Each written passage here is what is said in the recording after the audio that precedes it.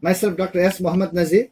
Now I'm going to teach you macroeconomics. In macroeconomics, the principle of acceleration. The principle of acceleration is important to economic analysis.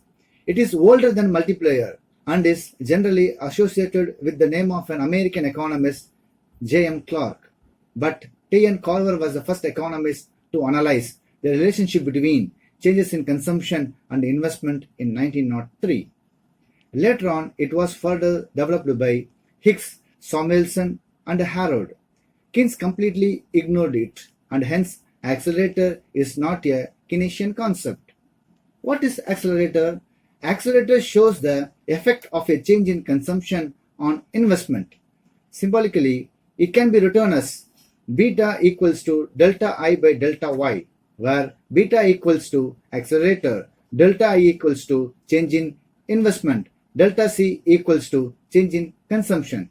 When the demand for consumer goods changes, it will have a own impact on capital goods. In other words, demand for consumer goods leads to an increase in demand for capital goods. Capital goods industry depend on consumer goods industry. For example, if an expenditure of 5 crore rupees leads to an investment to 10 crore rupees in capital goods industries, then the value of accelerator is 2. Generally, accelerator is more than 1. The principle of this acceleration may be explained with the help of diagram. This diagram shows the acceleration principle.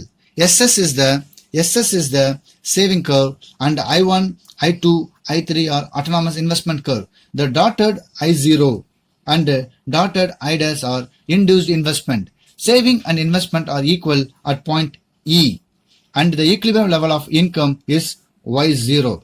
When investment increases from I1 to I3, income increases from Y0 to Y2.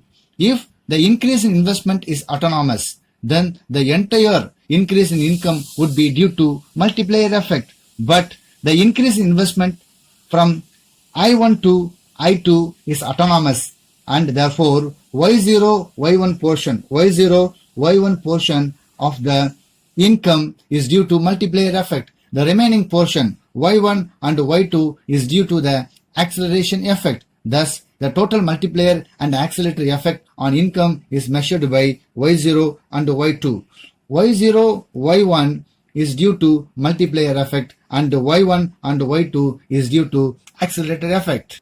The principle of acceleration is based upon the following assumptions. The first assumption, the acceleration principle is based on the assumption of constant capital output ratio. The second assumption, it also assumes easy availability of resources. The third assumption, there is an absence of excess capacity. The fourth assumption, increase in demand is assumed to be permanent. The fifth assumption, it is assumed that there is elasticity of supply of credit and capital. The sixth assumption, it assumes that an increase in output leads to a rise in investment. These are the assumptions. Based on these assumptions, the accelerator will work. Now we see the limitations of accelerator principle. The principle of acceleration has been criticized on the following grounds. The first criticize, the principle of accelerator assumes constant capital output ratio. In reality, it does not remain constant because inventions and improvements in techniques of production. That is the reason it does not remain constant. The second limitation, it is based on the assumption of easy availability of resources. This is possible only before full employment. But after full employment, all resources are fully employed. Production cannot be increased in capital goods industries. This limits the operation of accelerator.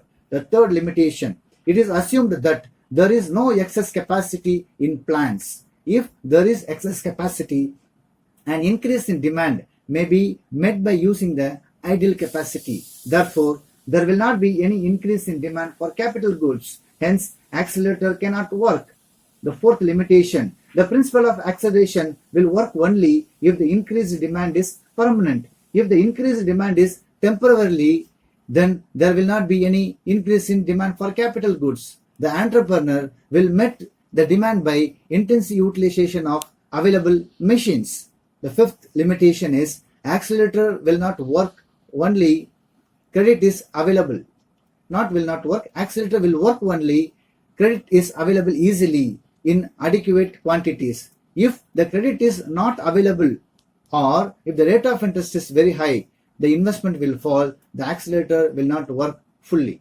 So this is the limitations of accelerator. In this class, we've seen the meaning and the diagrammatic explanation and then assumptions and limitations. Thank you.